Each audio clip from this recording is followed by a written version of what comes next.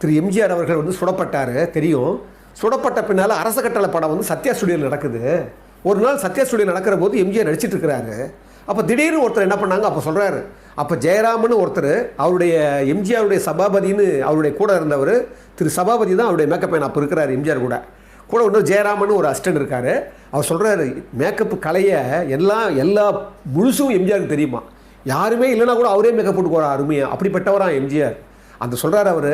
அந்த மாதிரி ஒரு நிகழ்வில் படம் ஷூட்டிங்கில் நடக்கும்போது சத்யா ஸ்டுடியோவில் வெளியே கேட்லேருந்து ஒருத்தர் கூப்பிட்றாங்க, என்னென்னு கூப்பிட்டாங்க.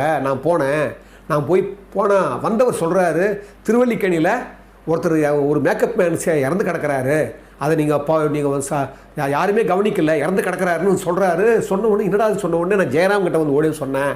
அது உடனே நாங்கள் பேசிகிட்டு இருக்கும்போது எம்ஜிஆர் கேள்விப்பட்டார். உடனே எம்ஜிஆர் என்னை கூப்பிட்டு என்ன பண்ணார், முதல்ல இப்போ பாருங்கன்னு சொன்னார். டக்குன்னு என்ன போய் நான் அது